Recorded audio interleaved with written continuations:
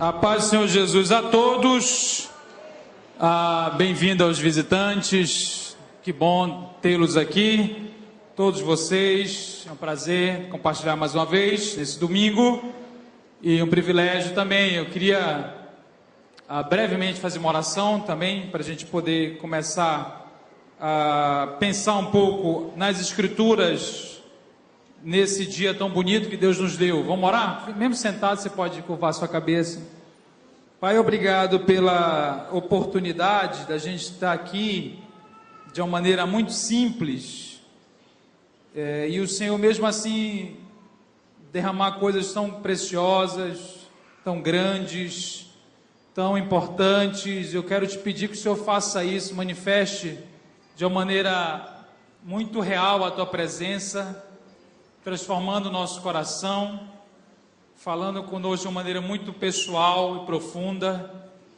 Tudo que impede isso no nosso interior, a começar de mim, que o Senhor remova, que o Senhor desfaça, e que haja uma clareza, Senhor, da tua voz ao nosso coração, porque nós somos seres altamente carentes da tua direção, da tua voz, da tua presença, da tua palavra, e nós nos disponibilizamos nossa mente, nosso coração hoje para receber do Senhor de uma maneira muito profunda. Pai, em nome de Jesus é que te oramos, amém e amém. Glória a Deus, que bom, aleluia. Irmãos, quem é que gosta de ler biografia? Você já leu alguma biografia de alguém? Quem tem um sonho de escrever uma biografia? Você tem alguma coisa na sua vida que valeria a pena escrever numa biografia? A gente vai meditar em uma biografia hoje, que é a biografia do profeta Jeremias. E você pode abrir aí no livro de Jeremias, capítulo 1, e eu decidi pensar um pouco sobre Jeremias. Deus estava colocando algumas coisas na minha mente sobre a história de Jeremias e a mensagem dele, como essa pessoa e como a sua trajetória complexa, uma trajetória muito complexa, pode ministrar a nossa vida hoje, pensando em uma pessoa que foi chamada por Deus, comissionada por Deus, teve vários momentos muito importantes dentro da história de Israel, e mesmo assim sofreu uma série de oposições e dificuldades. E eu acho que uma das melhores maneiras de você compreender quem Deus é entendê-lo a partir da história de vida dos indivíduos que se relacionaram com ele, porque Deus não é uma fórmula, Deus não é uma coisa fechada que a gente consegue decifrar com uma equação. Deus é tá.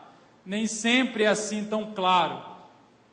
Muito do que Deus se manifesta de acordo com a necessidade do momento. E as pessoas, Jeremias, todos nós, todos os seres humanos, nós passamos por diversos momentos na vida, né? Quem você é hoje, certamente não é a mesma pessoa que foi há 10 anos atrás.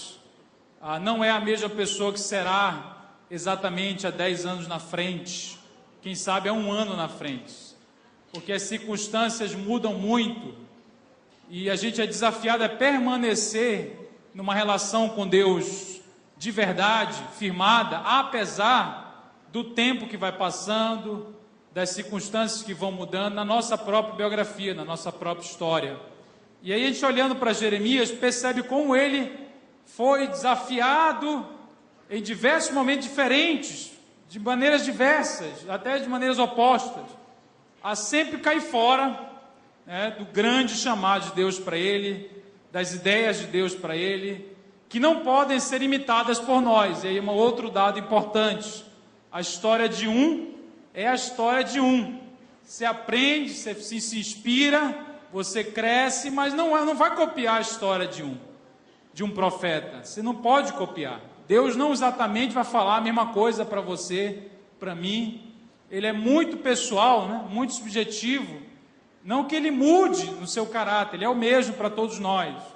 No entanto, a maneira como ele vai falar, a maneira como ele vai conduzir, as coisas não podem ser aplicadas automaticamente, coisas pessoais, né? Estou me referindo a coisas muito pessoais, né? Existe um chamado geral para todo mundo, né? Existe um chamado geral, a gente é chamado a adorá-lo, nós somos chamados a pregar o evangelho, estou dando exemplo, né? Chamado geral. Nós somos chamados a glorificar a Deus, todos nós, uniformemente. Mas a Bíblia sempre destaca como a coisa é pessoal. Quanto mais profunda é a sua relação com Deus, mais ela é personalizada, né? Mais ela tá dentro de uma relação viva. Eu, Davi e Deus, construindo uma relação viva, e você e Deus construindo essa relação. Então, como é difícil, qual é o desafio, qual é a postura que a gente deve ter para enfrentar todas as oposições, as mudanças na vida e mantermos sempre ligados no chamado original de Deus, mesmo que muitas coisas mudem dentro de nós mesmos. Então vamos pensar em Jeremias, pensando um pouquinho na história dele e também na mensagem que ele foi comissionado a entregar ao reino apóstata de Judá. Judá era o reino do sul, a parte mais espiritual, digamos assim, de Israel, foi a que mais demorou para ser levada cativa, para ser julgada por Deus.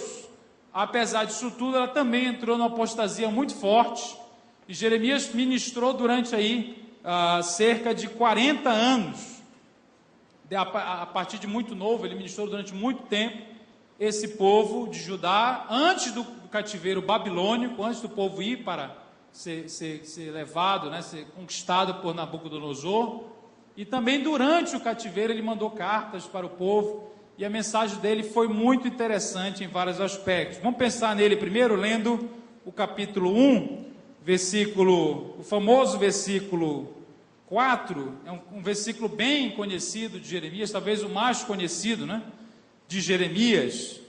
Eu não sei se você sempre para no capítulo 1, né? Eu vou ler Jeremias esse ano, né? Aí você lê o capítulo 1 e para, que é tão legal o capítulo 1, né?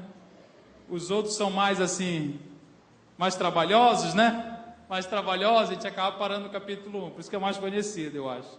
Então, 1:4 diz: a mim veio a palavra do Senhor, dizendo: antes que eu te formasse no ventre materno, eu te conheci, e antes que saísses da madre, te consagrei e te constituí profeta às nações. Então lhe disse eu: Senhor, eis que não sei falar, porque não passo de uma criança. Mas o Senhor me disse: não digas, não passo de uma criança, porque a todos a quem eu te enviar irás, e a tudo quanto eu te mandar falarás. Não temas diante deles, porque eu sou contigo para te livrar, diz o Senhor. Depois estendeu o Senhor a mão, tocou-me a boca, e o Senhor disse: eis que pôs na tua boca as minhas palavras.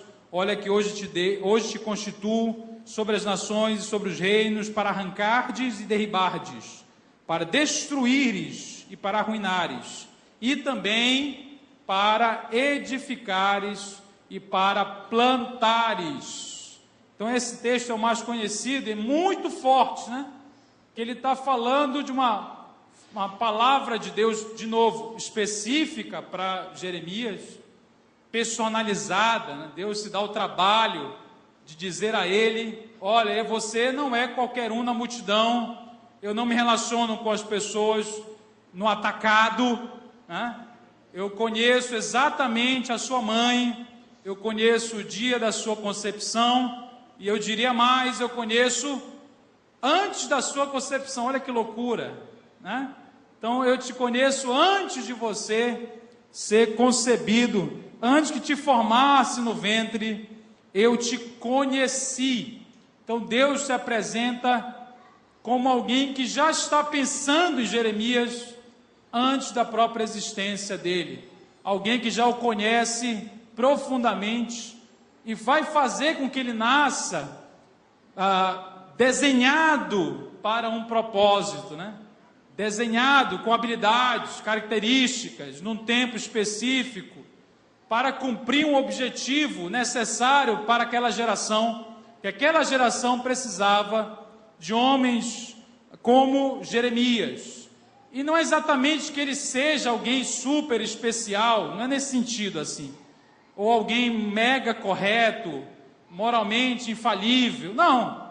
Na verdade, ele vai provar na própria trajetória dele que nada mais é do que um ser humano que vai pensar em desistir, que vai errar, que vai ter que, né, evoluir em muitos aspectos. Então não é assim, Deus me escolheu, Deus me fez nascer, portanto eu sou um ser muito especial, né, quase um anjo. Na verdade não é bem isso. Deus ele nos fez nascer com um propósito, nos deu coisas desde pequeno, um patrimônio que a gente nasce, de recursos, de habilidades, de quem nós somos, que parte de quem nós somos, para a sua glória, né? Para a sua glória, não para a nossa glória. Então Jeremias já começa muito consciente dessa presciência de Deus, desse planejamento de Deus que o faz nascer. E a reação dele qual é? É de coragem, valentia, que bom, que legal, vamos embora, já que o Senhor me fez nascer mesmo, então eu vou agora, vou falar e vou abrir a boca, vou pregar nos ônibus de Ananindeua. Não. Ele diz assim, Senhor, eu não sei falar, eu não passo de uma criança, oração muito inteligente, né? Na verdade, pouco inteligente. Eu não sei falar, já é falando, né?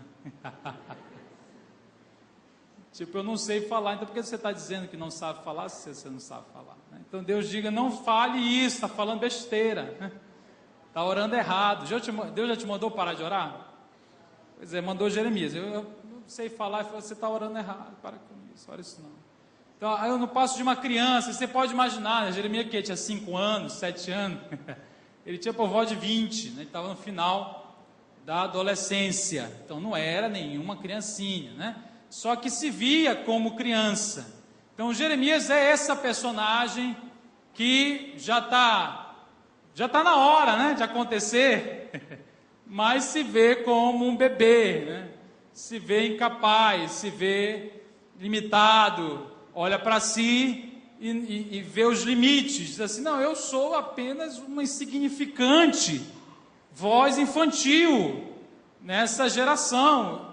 Deus olha para ele e vê o profeta das nações, né? Ele se vê como alguém que está ali no jardim da infância.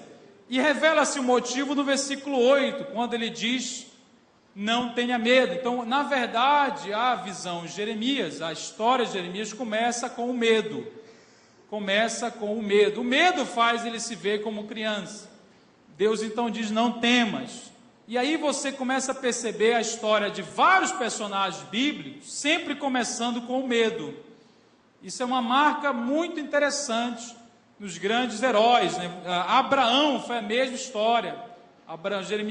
Gênesis capítulo 15, Deus fala, não tenha medo para Abraão.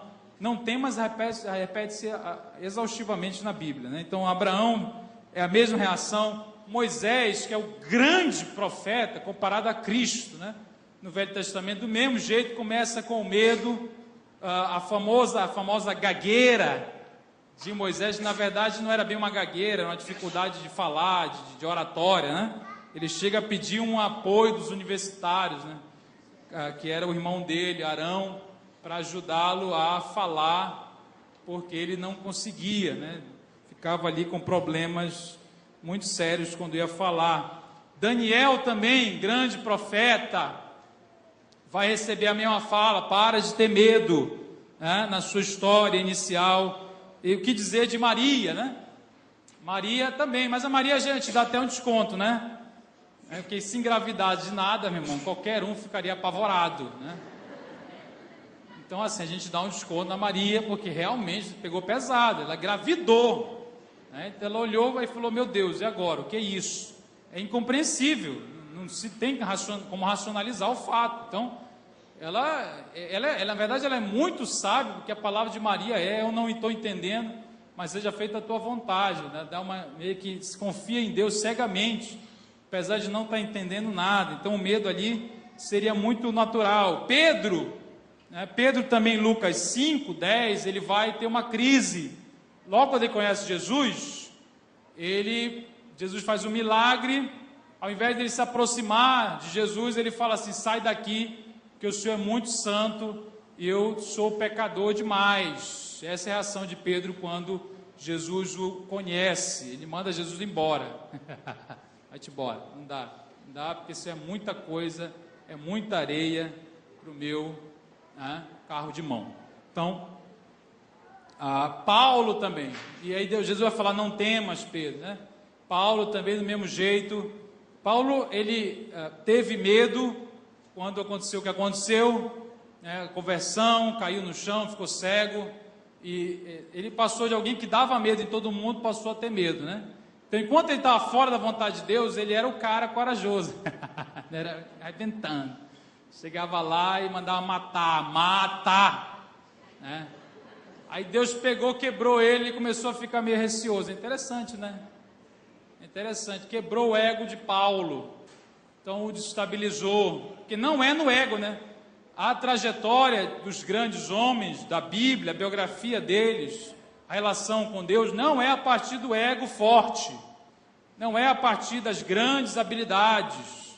Deus não escolheu o mais provável muitas vezes, né? Apesar de Paulo ser alguém muito preparado, e ele até ser uma exceção nesse sentido, porque ele era muito preparado mesmo, tinha cidadania romana, era judeu com cidadania romana, era alguém que um intérprete da lei, falava grego, escrevia muito bem, conhecia os pensamentos da época, era um estudioso.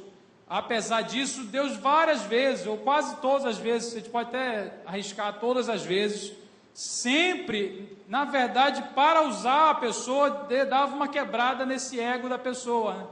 Era a partir, muitas vezes, da fraqueza, e não da grande força. A gente lembra de Davi, que começa muito fraco, né? Começa alguém muito improvável, o esquecido, né? O filho que o pai não sabe onde está, né? Sabe onde está, mas não faz questão de chamar. Em contrapartida, Saul chega com toda a pompa, né? Saul era muito bonito, né? Era alto e também com medo, né? Mas porque os bonitos também têm medo, né? O pessoal bonito aí, né? Apesar da sua beleza, você tem medo, né? Então, Jeremias está aqui recebendo de Deus o início do seu ministério e se olhando, se menosprezando, e Deus o toca, né? Deus o toca na boca e põe as palavras, né? Põe as palavras. Olha que sensacional. Então, a história de Jeremias começa com Deus dando a ele o que ele deveria falar. Não é algo que surge do coração de Jeremias, da invenção dele. Ele recebe a palavra, a mensagem. Ele recebe a mensagem de Deus, não a produz de si mesmo, porque na verdade não produziria.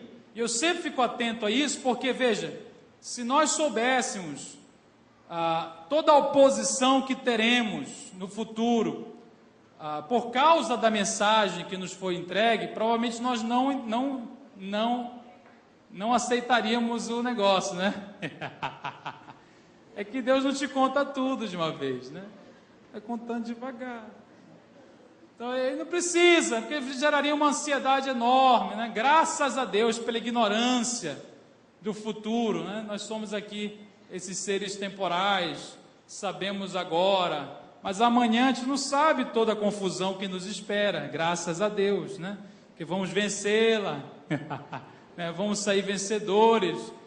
Mas se soubesse o tamanho da guerra, nem entrava no exército, né? Mas Deus já te colocou, já era, você está aí. E a mensagem, então, é carregada nele, né? A mensagem que ele deveria pregar, que a gente vai ver qual é a mensagem de Jeremias.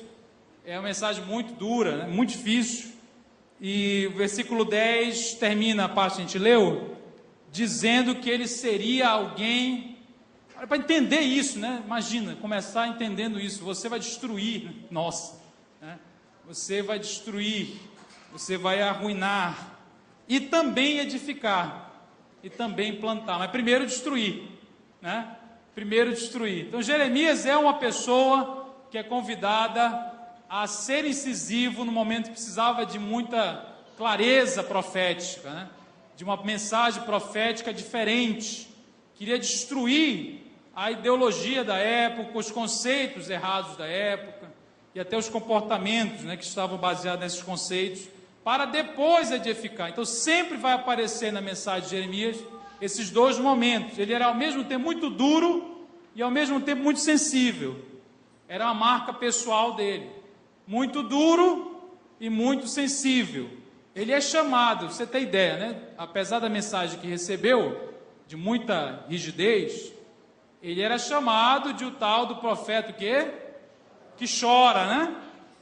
O tal do profeta que chora. Aí no capítulo 9, depois você pode ler, capítulo 13, aparece a sensibilidade líquida de Jeremias, né? Chorando fartamente sobre tudo que acontecia com ele e com o povo de Israel, de Judá, com Jerusalém especificamente.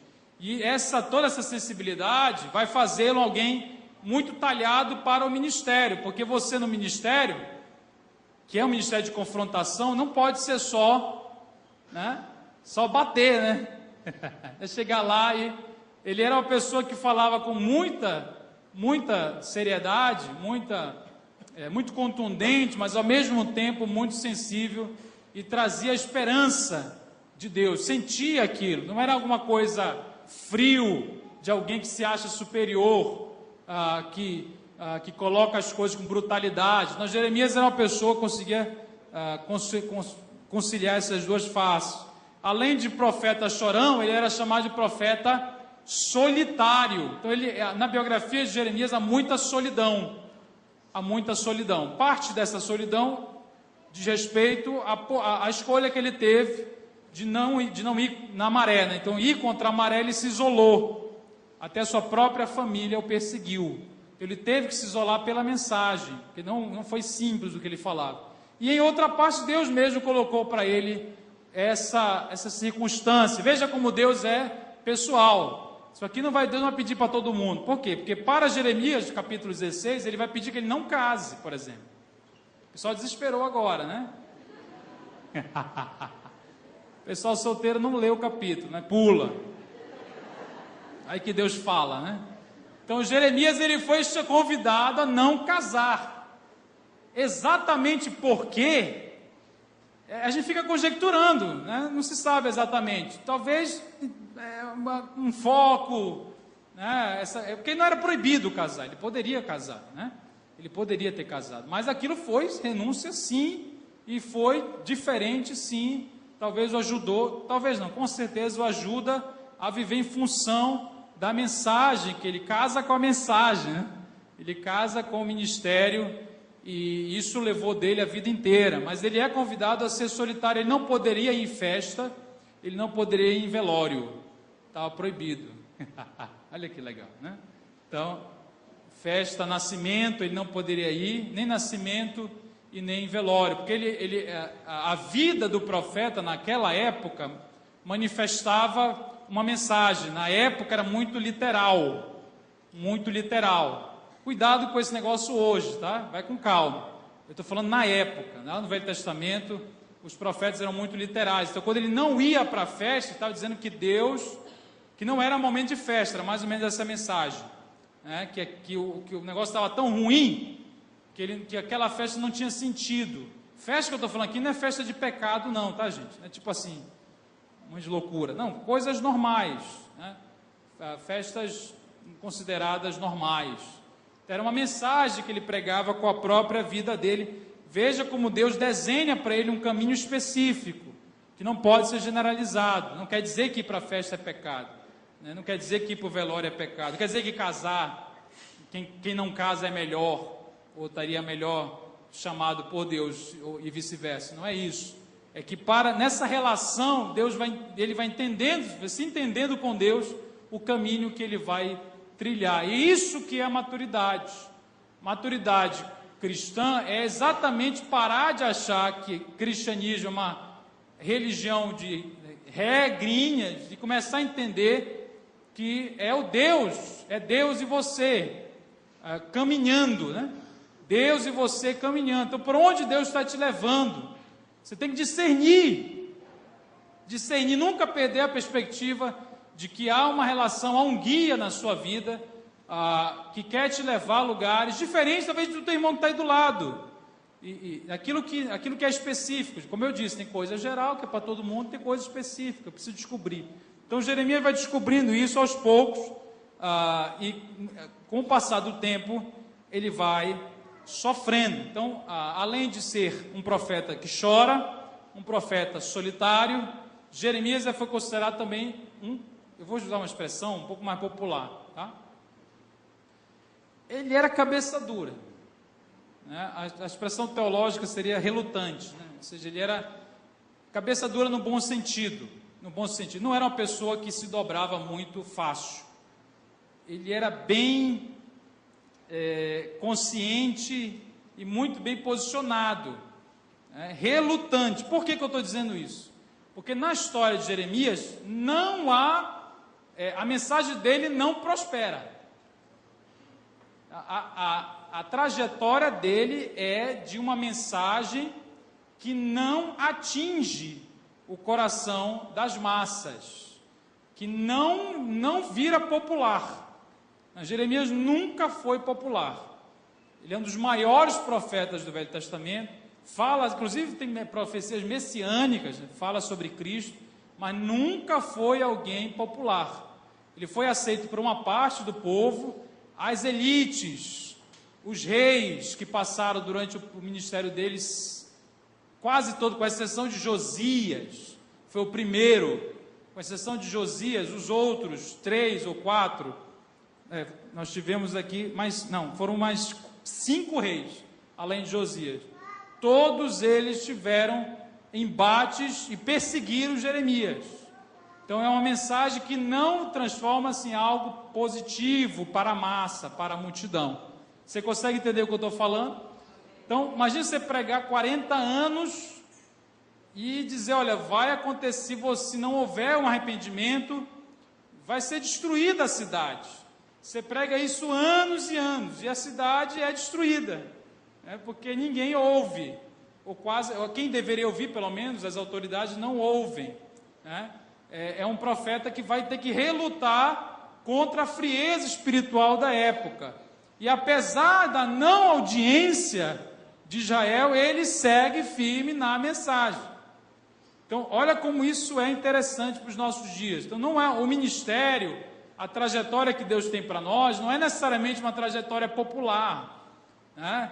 Dar certo com Deus não é necessariamente dar certo com a multidão. Jesus passou por essa ambivalência, né? Ele era muito popular em alguns momentos, em outros momentos muito impopular. Ele conseguia ter essa liberdade, porque ele estava seguindo a Deus e não a aprovação das massas, diferente dos fariseus e dos outros personagens lá no Novo Testamento, que eram muito preocupados com a opinião das massas. Tanto é que os fariseus só não matam Jesus mais cedo porque ele tem medo de quem? Da reação do povo. É exatamente isso. Eles ficam sempre negociando com a popularidade. João Batista foi popular, apesar de toda a simplicidade dele, era meio assim, né? Camelo, meio camelo. Apesar disso, ele foi popular por um tempo, não a mensagem, mas houve uma adesão considerável da população.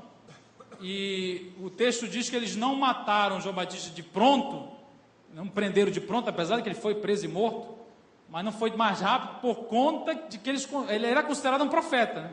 Ele era considerado um profeta pelas multidões, e aí ficava difícil entrar em crise com as multidões. Jesus, então, eu lembro de Nazaré, que é onde Jesus cresceu, né, viveu. Nazaré, se você for lá em Israel, Nazaré é uma montanha assim, ó. É um monte, tem Nazaré lá em cima. É uma cidade muito alta, para os padrões de Israel, né? E é interessante, tem uma passagem, não lembro agora onde é que está, mas ele prega em Nazaré, e ele é muito bem recebido. Mas, aliás, ele opera milagres, ele é muito bem recebido. Quando ele prega, o pessoal leva ele para jogar no penhasco. Olha que loucura, gente. Então, de repente, você olha para um pregador, para um profeta, para um rabino, sei lá, e fica feliz, porque ele está falando, ele abre a boca, Começa a falar as verdades de Deus e aquilo fere a multidão a ponto da galera tentar suicidá-lo, né? Fazer um favor, suicidá-lo, né? Não existe, eu sei que não existe. É uma invenção. Vocês não pegaram, né? Mas foi uma invenção. Então, essa relutância de Jeremias, de Jesus, ela é muito presente nos profetas de Israel.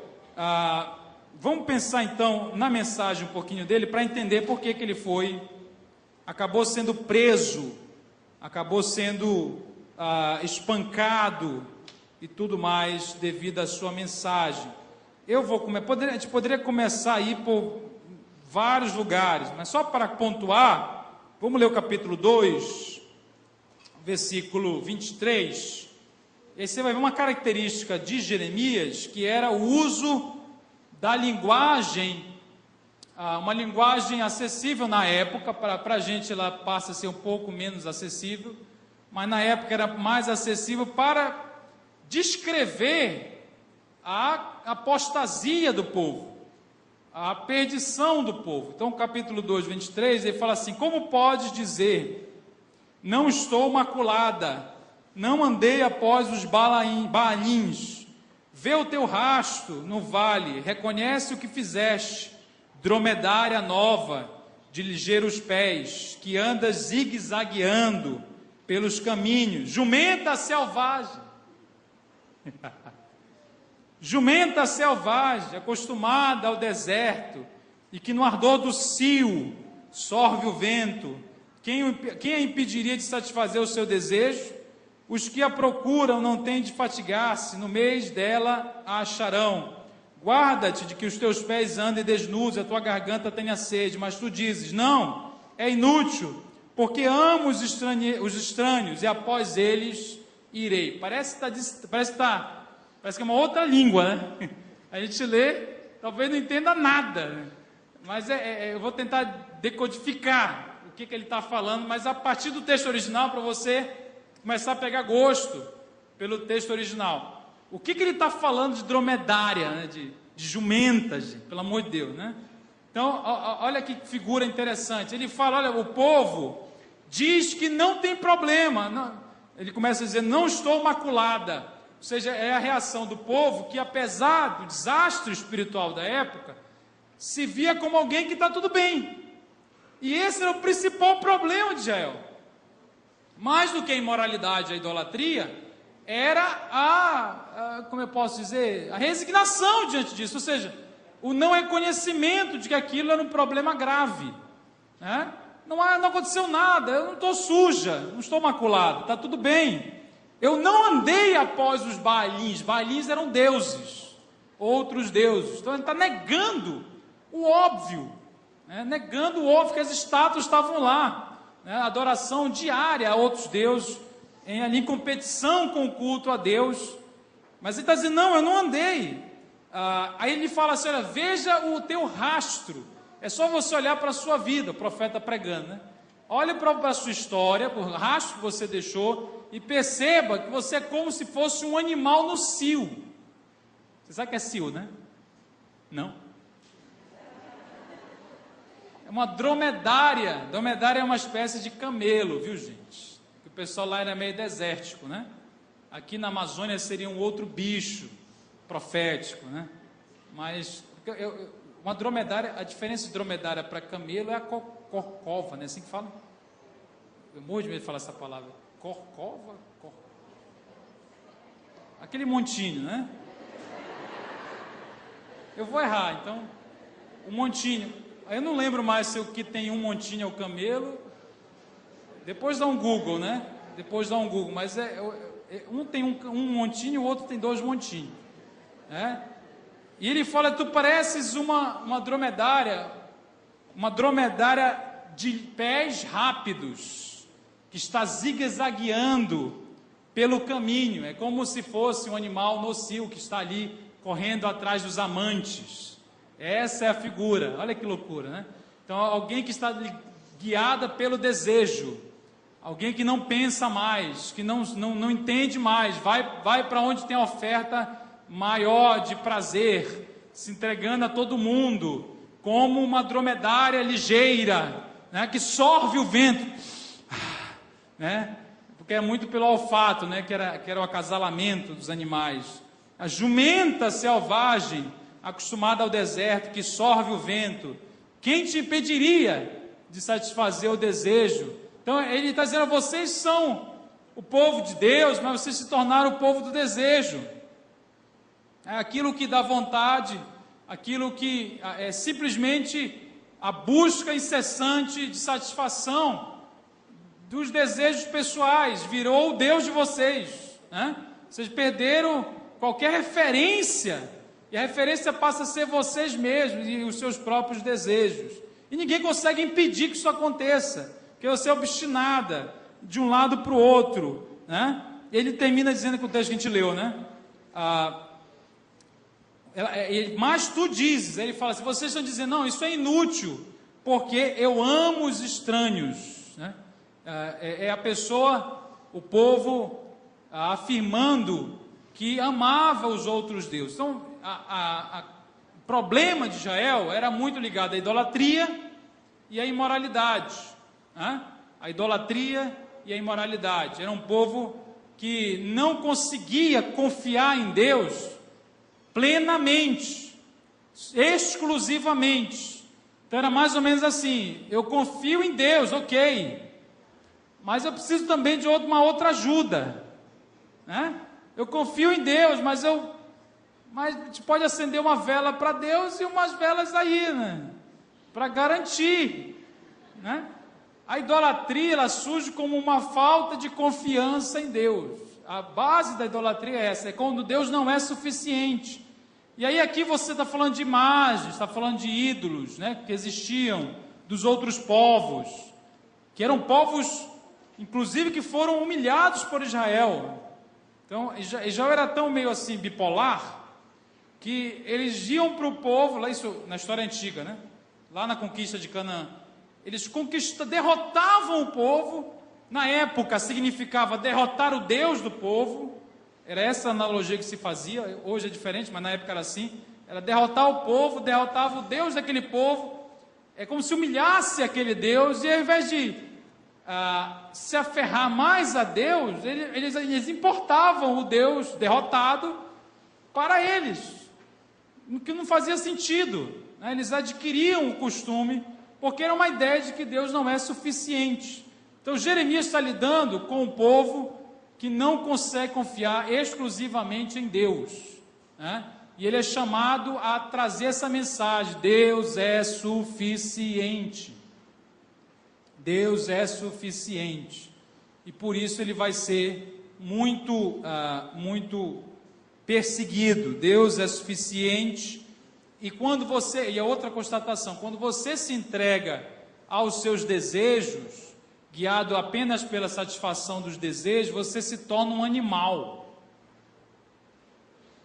Você perde parte da sua humanidade, você desumaniza. Você começa a ser uma pessoa altamente inconstante, zigue-zagueando por aí. E é a história de muita gente até hoje, né? Que vive a vida atrás dos desejos próprios, que eles existem, podem até existir. O problema é o lugar que eu dou na minha vida aos meus desejos. E vão viver a vida como que buscando uma satisfação aqui, ali, sem nunca chegar, né? Sem nunca realmente satisfazer, né? É sempre um saco furado. Voltando à literatura poética de Israel, que diz que é correr atrás do vento. Quem já teve essa oportunidade? Correr, muito legal, tá? Então assim, na próxima vez que você for na praia, você, né, escolhe um vento e corre. Uma sensação assim muito, você sente um idiota, né? Passa 2 mil, mas é isso mesmo que ele está dizendo. Então, você está atrás daquelas. Já viu antigamente um desenho que colocava a cenoura? É a cenoura? O que é que colocava para o animal andar? Lembra? Coloca assim na frente. Esse desenho velho, né, cara? Aí o animal vai atrás daquele negócio que ele nunca chega, né? É mais ou menos o que Jeremias está dizendo aqui, em outras palavras, muito melhores do que a minha, certamente. Então, veja como é a mensagem dura, palavras fortes, e a coragem que ele teve de fazer isso, né? Eu queria ainda continuar na mensagem, vamos para o capítulo 4, vamos lá? A ideia é a gente entender um pouco o livro, né, de Jeremias, essa é a ideia. Então, o capítulo 4, no versículo 4, ele vai tocar num ponto importante na religião judaica, para mostrar a hipocrisia da época. Ele diz assim: circuncidai-vos para o Senhor, circuncidai o vosso coração. Olha que interessante. Circuncidai-vos para o Senhor, circuncidai-vos o vosso coração, ó homens de Judá e moradores de Jerusalém, para que o meu furor não saia como fogo e arda, e não haja quem apague, por causa da malícia das vossas obras. Então ele convida o povo a entender o que é a aliança com Deus. E aí começa a aparecer aqui um outro tema de Jeremias, que é a tal da aliança.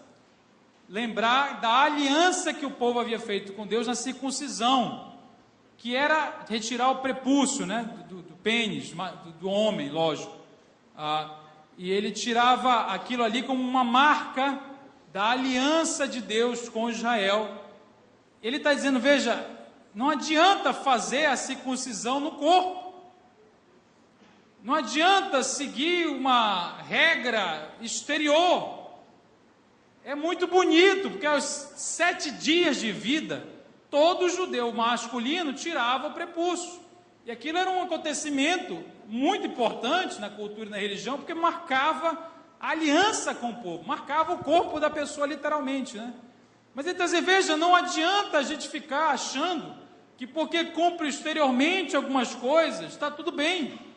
Porque o coração não foi circuncidado, que é uma coisa mais abstrata, né? O coração não foi alcançado.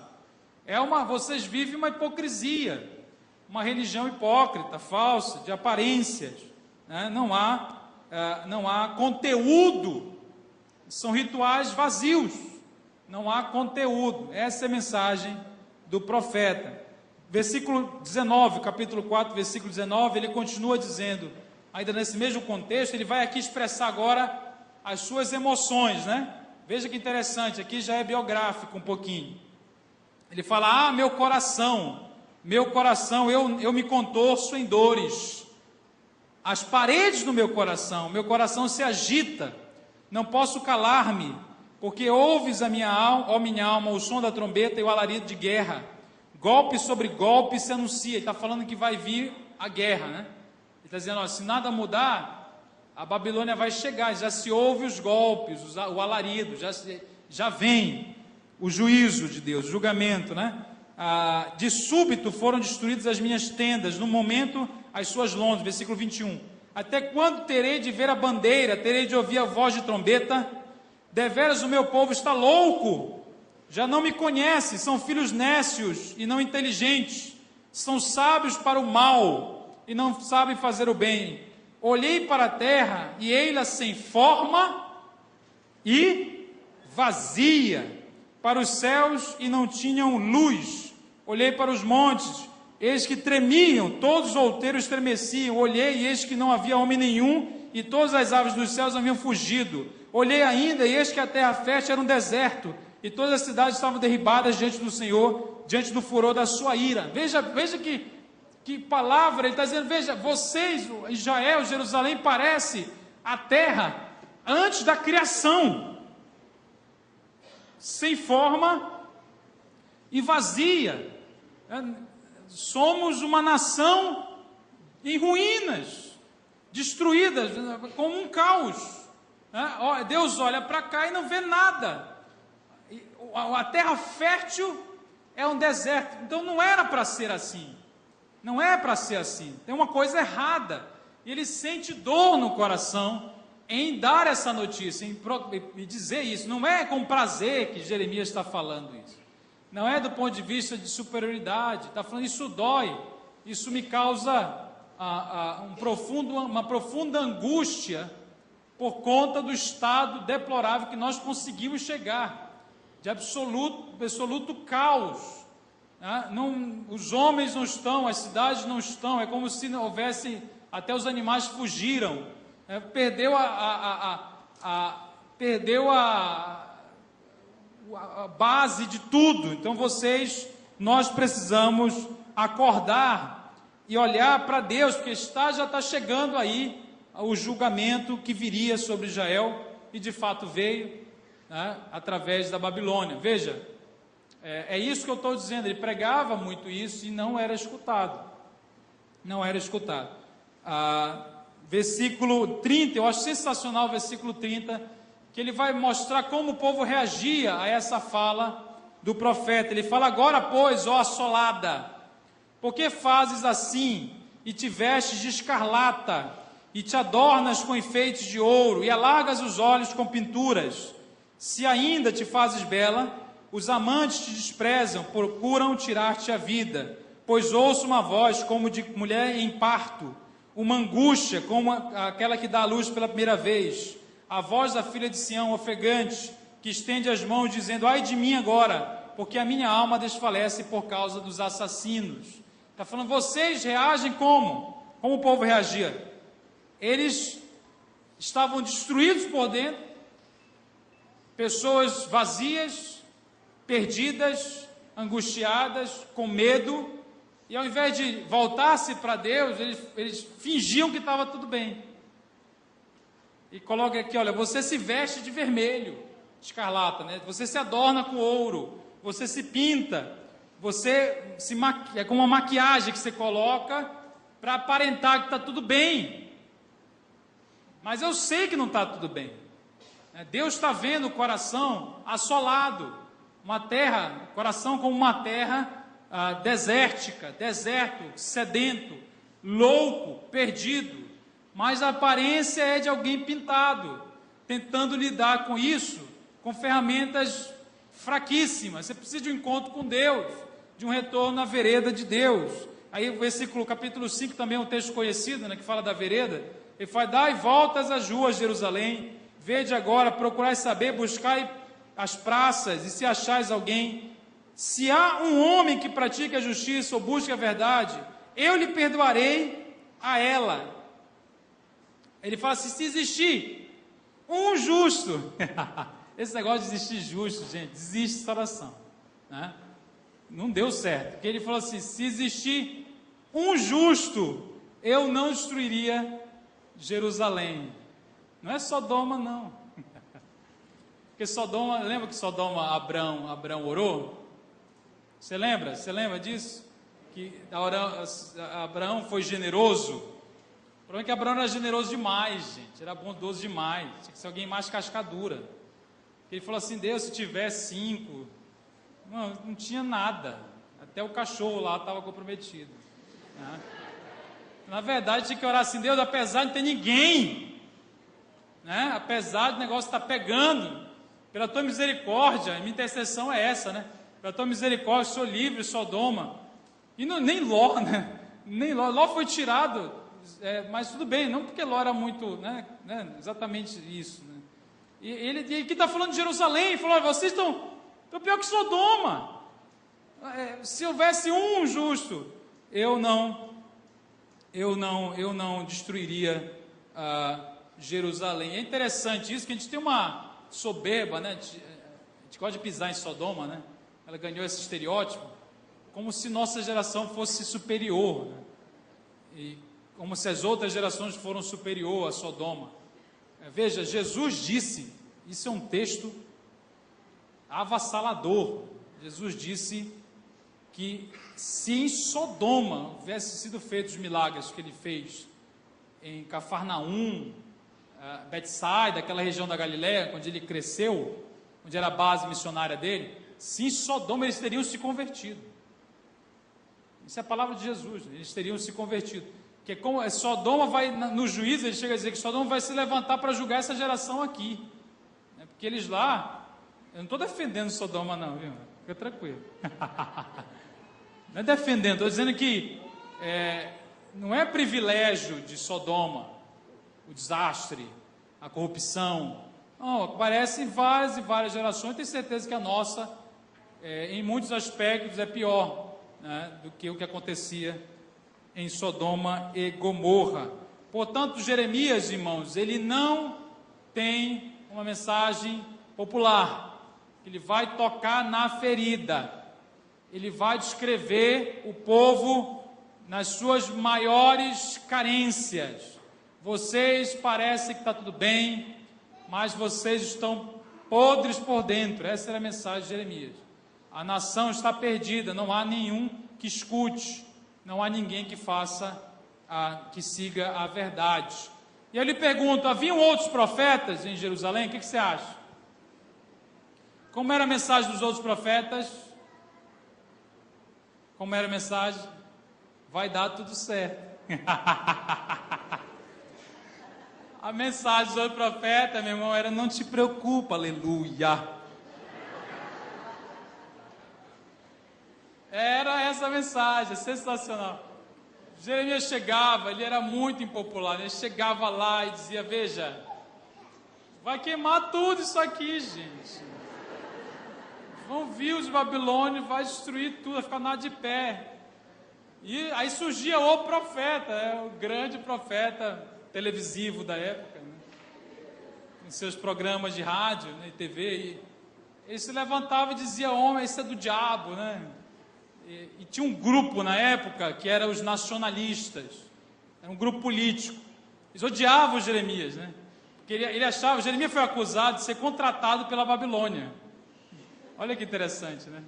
Então, infiltrado, exatamente. Ele era acusado de ser contratado para tirar as forças, né, do exército de Israel contra a Babilônia. Mas, na verdade, tudo o que ele falou aconteceu exatamente como ele falou. Exatamente como ele falou. Porque os reis eram convidados a se humilharem. Qual era a proposta de Jeremias? Fala assim: ó, o que tem que fazer? Você tem que, no mínimo, se humilhar diante de Deus, sabe? Reconhecer e passar pelo julgamento. Ou seja, nós vamos ter que aprender com a disciplina de Deus. Vamos nos submeter a Deus. Vamos deixar, quem sabe, de repente ele até muda na sua misericórdia, porque Deus muda. Não é que uma sentença se coloca e aquela sentença é imutável. Não, houveram momentos que Deus mudou a sentença sobre um lugar. Nínive é a prova disso, né? Nínive foi julgada e disse: ó, vai acontecer uma destruição, então houve arrependimento e não houve a destruição naquele momento. Então, a proposta de Jeremias é uma prova de muita humilhação, de entregar, de confiar em Deus. Ele falava: não adianta querer ir contra o que está vindo por aí, porque é algo que Deus está preparando. Então o povo confiava no Egito, que era um aliado político na época. O Egito vai nos socorrer, e o Egito, na hora H, sumiu, né? O Egito não apareceu para livrar Israel quando a chegada, no sítio, quando sitiou-se Jerusalém. E foi muito dramático, porque imagina você, uma cidade, na época era cercada por muros, e que não se entrava e nem se saía. Quando a Babilônia chega, há um sítio quer dizer cercar. Cercava-se e não entrava comida. A produção de comida estava fora. Na verdade, até água dependia do que estava fora. Quando ele sitia Jerusalém, o pessoal começa a passar fome, morrer de fome, né? E confiando ainda numa suposta ajuda do Egito. E Jeremias vendo toda aquela desgraça acontecer por causa da apostasia do povo, que deveria confiar em Deus, e não consegue confiar em Deus 100%. E a tragédia aí se consuma. Agora veja, irmão, já são 10h50. Aí você fala assim: pastor, só vai falar de tragédia hoje. Então, para você não sair daqui pensando na desgraça, eu queria dizer para você que não é só tragédia, tá? O livro de Jeremias, a gente vai pular lá para o capítulo 29, e a gente falar agora um pouquinho da beleza que é a palavra de Deus, como ela é completa. Então, Deus, ele vai olhar para Israel, e aqui é uma carta, o capítulo 29 é uma carta que Jeremias escreveu para os que já estavam no cativeiro, tá? Ele manda eles cultivarem a terra, casarem. Ele fala assim, olha, vai demorar por 70 anos, então fiquem aí, estabeleçam aí, vai demorar 70 anos. Mas eu queria destacar o versículo 11, que depois de toda essa condenação, a disciplina, a destruição da cidade, leva-se cativo, apesar disso tudo, Deus diz para Israel, olha, eu é que sei que pensamentos que tenho a vosso respeito, diz o Senhor, pensamentos de paz e não de mal, para vos dar o fim que desejais. Então me invocareis, passarei a orar a mim, e eu vos ouvirei, buscar-me-eis e me achareis, quando me buscardes de todo o vosso coração, serei achado de vós, diz o Senhor, e farei mudar a vossa sorte. Congregar-vos-ei de todas as nações, de todos os lugares, para onde vos lancei, diz o Senhor, e tornarei a trazer-vos ao lugar de onde vos mandei para o exílio. Então, olha, veja, ele está dizendo, eu vou trazê-los de volta. Não é que eu estou levando vocês para esse tempo, porque eu os odeio, porque eu os rejeitei, porque desisti.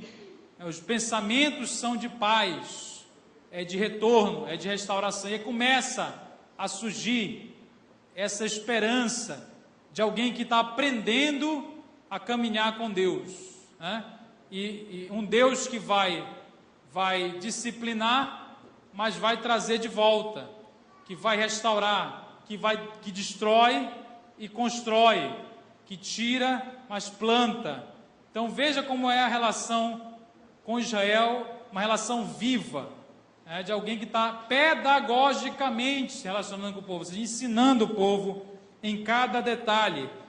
Tem outros textos que Jeremias fala, olha, assim pelo caminho que vocês foram, vocês vão voltar, que eu levei vocês para lá para vocês aprenderem uma lição. Então existem momentos, irmãos, como eu falei no início, né? Como as circunstâncias mudam, o que não muda tem que ser o nosso caminho com Deus, né? Mesmo que a gente esteja pagando por uma coisa que a gente mesmo plantou, que a gente erra na vida, né? A gente erra na vida, você erra, você errou, eu errei, tem erros que têm certas consequências, e a gente vai arcar com elas, vai conviver com elas. Deus quer nos ensinar a nos arrepender, Deus quer nos ensinar que mesmo que consequências sejam arcadas, Ele continua sendo nosso Pai, Ele continua sendo nosso Deus. O importante é aprender a lição. Israel está aprendendo a lição de que os amantes não o socorreram, o prazer não o socorreu, a vida guiada pelo desejo não o socorreram. Quem socorrerá vai ser o próprio Deus. Todos aqueles que faziam e aconteciam na época da bonança, na época que o povo estava lá em Jerusalém, estava tudo bem, todo mundo fugiu.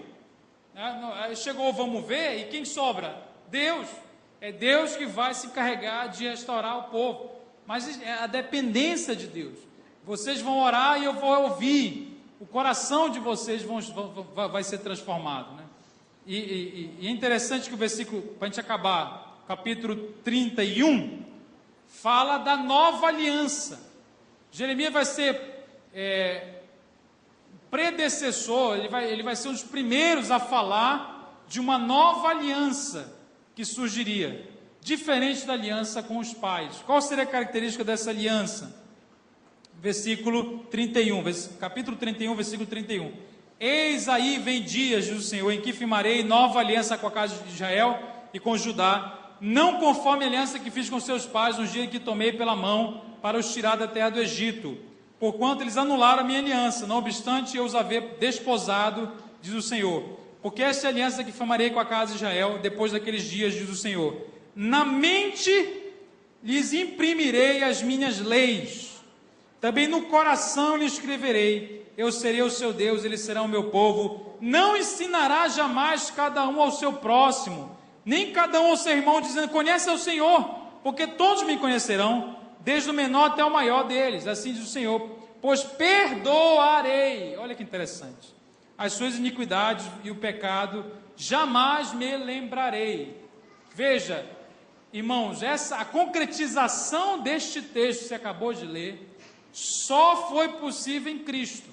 A completa concretização deste texto, ou seja, uma aliança com Deus e o homem, na qual não é que o mandamento está fora, o mandamento é imprimido no homem, dentro dele, na mente, no coração. Só foi possível a concretude disso em Cristo, porque em Cristo, irmão, é incondicional. O amor é incondicional, não é mais condicionada a determinadas, não é um contrato. O amor de Deus em Cristo é incondicional, e Ele faz morada na pessoa, Ele faz morada no indivíduo. Então veja, nós estamos aqui, nós vamos aprender com Jeremias, aprender com essa história toda, entendendo que nós já estamos numa nova aliança. Essa aliança é superior à aliança que o povo tinha. Aí você fala, então está tudo mais fácil. Não, veja bem, se a aliança é superior, a gente é mais responsável ainda. Então não é um raciocínio inverso, não é assim, ficou mais fácil. Não, exatamente porque é superior. Se eles erraram, nós somos, se errarmos, vocês estaríamos errando com mais, que tem mais, é tão mais óbvio, é tão mais simples, e mesmo assim a gente passa por cima da aliança, não consegue entender quem Deus é, a vontade de Deus. Então é superior a aliança que nós temos em Cristo, porque Ele imprimiu dentro de nós. Então vamos caminhar com Deus, firmados numa aliança, independente da circunstância, sempre aprendendo, e se errarmos, vamos sempre entender o arrependimento como a via de volta a Deus. Eu queria terminar reforçando o que eu acabei de falar. Lá em Hebreus, o escritor de Hebreus, ele vai dizer com todas as letras exatamente o que eu acabei de dizer. Eu queria que você lesse para você ficar assim na sua cabeça essa relação entre lá o Velho Testamento e o Novo Testamento. Inclusive o Testamento é a mesma coisa de aliança, né? Então, nova aliança, capítulo 6,